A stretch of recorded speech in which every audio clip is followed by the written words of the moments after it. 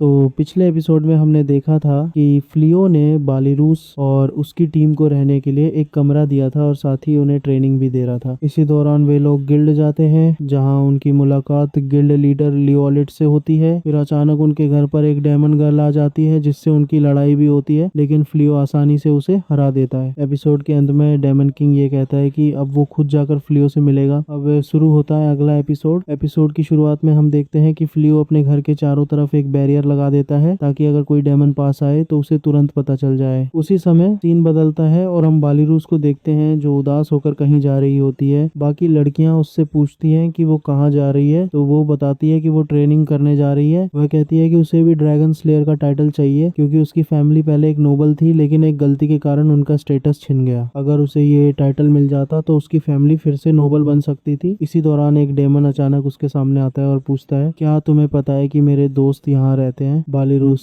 चौंक जाती है और कहती है, ये मेरे पीछे कब आ गया, मुझे पता ही नहीं चला। वो बताती है कि हाँ, वो फ्लियो को जानती है और पूछती है, तुम्हें फ्लियो से मिलना है या उनकी पत्नी से? डेमन किंग कहता है कि वह उसकी पत्नी से मिलना चाहता है। ये सुनते ही बालिरूस तलवार निकाल लेती है और शक करती है कि वह डार्क आर्मी से है। डेमन किंग घबराकर कहता है कि वो सिर्फ देखने आया था और वापस जाने लगता है। तब बालिरूस अपना नाम बताती है और डेमन किंग अपना नाम घोजल बताता है, जो कि असल में नकली नाम होता है। तभी फ्लियो और फेनरिस वहां पहुंचते हैं और पूछते हैं कि क्या हुआ। बालिरूस उन्हें सारी बात बताती है। फेनरिस तुरंत समझ जाती है कि घोजल नाम नकली है। फ्लियो बताता है कि उनके बैरियर में एक डेमन डिटेक्ट हुआ था और जो व्यक्ति बालिरूस से बात कर रहा था वही असल में डेमन किंग था। ये सुनते ही बालिरूस डर जाती है और सोचती है कि अब वो उसे मार देगा। अगले दिन डेमन किंग खुद फ्लियो के घर आता है। फ्लियो उसका आदर पूर्वक स्वागत करता है और दोनों साथ बैठकर चाय पीते हैं। डेमन किंग कहता है कि तुमने मेरे सैनिक को मारा है। फेनरिस जवाब देती है कि उसने पहले हमला किया था। डेमन किंग कहता है कि वह इस बात को भूल सकता है, लेकिन बदले में फ्लियो को उसकी आर्मी ज्वाइन करनी होगी। जैसा कि हमेशा होता है, फ्लियो साफ मना कर देता है। अगले दिन डेमन किंग फिर आता है, लेकिन इस बार फ्लियो के लिए नहीं बल्कि बालिरूस के लिए, क्योंकि अब उसे